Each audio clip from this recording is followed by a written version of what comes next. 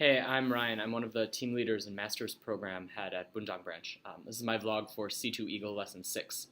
Lesson 6 and Lesson 7 are actually sort of a two-parter. The chapter gets broken into two lessons, and it sort of focuses on rags to riches stories and whether or not such stories are accurate descriptions of how people actually achieve success.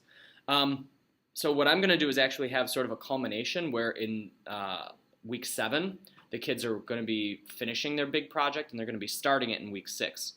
I believe that the digital book, recommends that the students make a program welcoming immigrants to the country. That's not a terrible idea. I might end up using that as sort of the personal project, like as a little warm-up project at the beginning of class.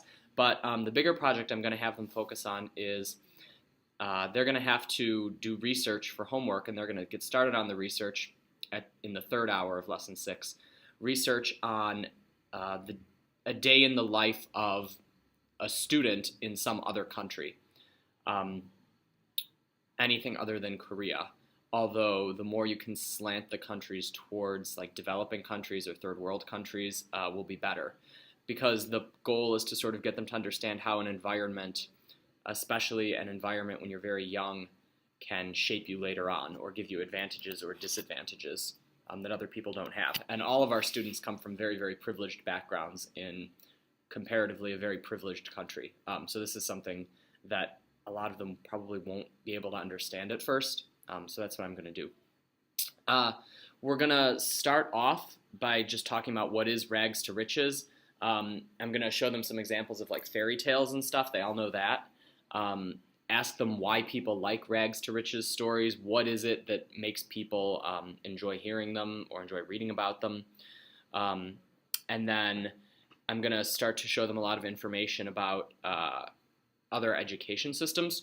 So you can look at, if anybody taught C2 Birdie last term, they had a chart with like international test scores that ranked China as first, and then Finland, and then South Korea, that kind of stuff. I'm also going to give them an example of a day in the life of a typical, Guatemalan elementary school student. And I'm going to have them try to brainstorm individually a list of all the things they have that a kid in Guatemala, or whatever country I choose, doesn't have.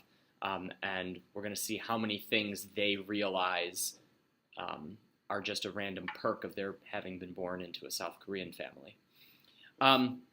The group research in the third hour, I guess what I'm going to do is maybe try to give each group a country and break it down that way. So each group will have a country, and then each kid will be responsible for finding information out about that country. So things like, literacy rates or social mobility or anything like that. And those are all things that are going to have to be discussed beforehand. So you can, make a whole series of very tiny discussions around what is social mobility. Do you think your country has it? What countries don't have it? Why is it important? Why is it not important? Anything like that. And then next week when they come in, they're going to have to present for homework. They're going to have to present their findings in class, practicing speaking skills and presentation skills and all that good stuff.